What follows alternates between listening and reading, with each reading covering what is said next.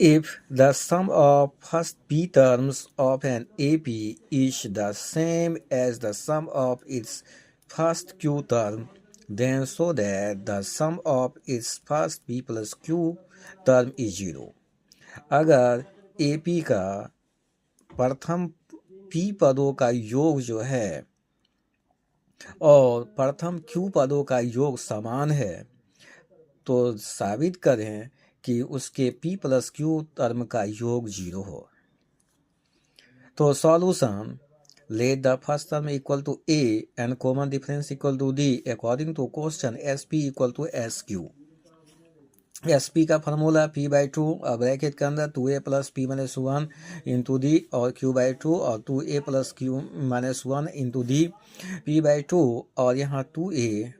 और यहाँ पर p माइनस 1 जो है डी ब्रैकेट बंद माइनस इस पद को इधर लाए तो माइनस q/2 ब्रैकेट के अंदर 2a plus q minus 1 into जो है डी इक्वल टू 0। तो यहाँ एलसीएम लिए तो 2 हो गया p और यहाँ 2a plus p minus 1 d bracket close यानी close bracket minus q into में 2a plus q minus 1 D.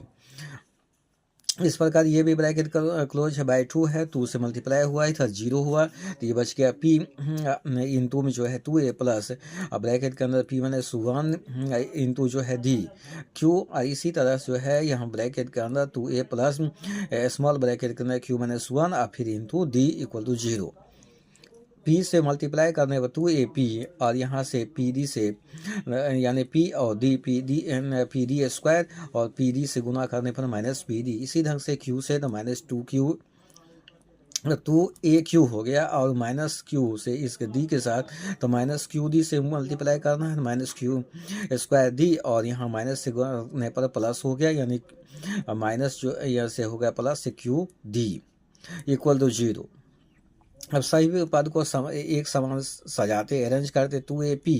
के साथ 2aq रखते हैं p स्क्वायर d के साथ q स्क्वायर d रखते हैं और माइनस pd के साथ प्लस qd रखते हैं इक्वल टू 0।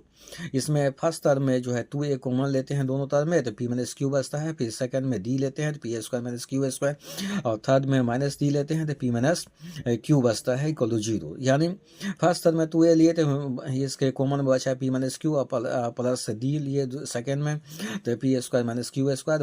और उसके बाद थर्ड में d लेते हैं तो यहाँ p minus q equal to 0 बच जाता है। 2a p माइनस q यहाँ इंटू में प्लस जो है डी और पी स्क्वायर क्यू स्क्वायर का फार्मूला लिखते हैं p plus q into p minus q और यहाँ पर माइनस डी और यहाँ पर इंटू में p minus q equal to 0। p minus q तीनों टर्म में हम ले लेते हैं कॉमन तो फर्स्ट में बचता है 2a, दूसरा में बचता है d into p plus q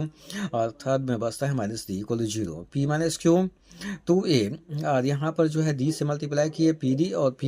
यानी pd और qd minus d equal to 0। 2a plus pd और qd minus d equal to 0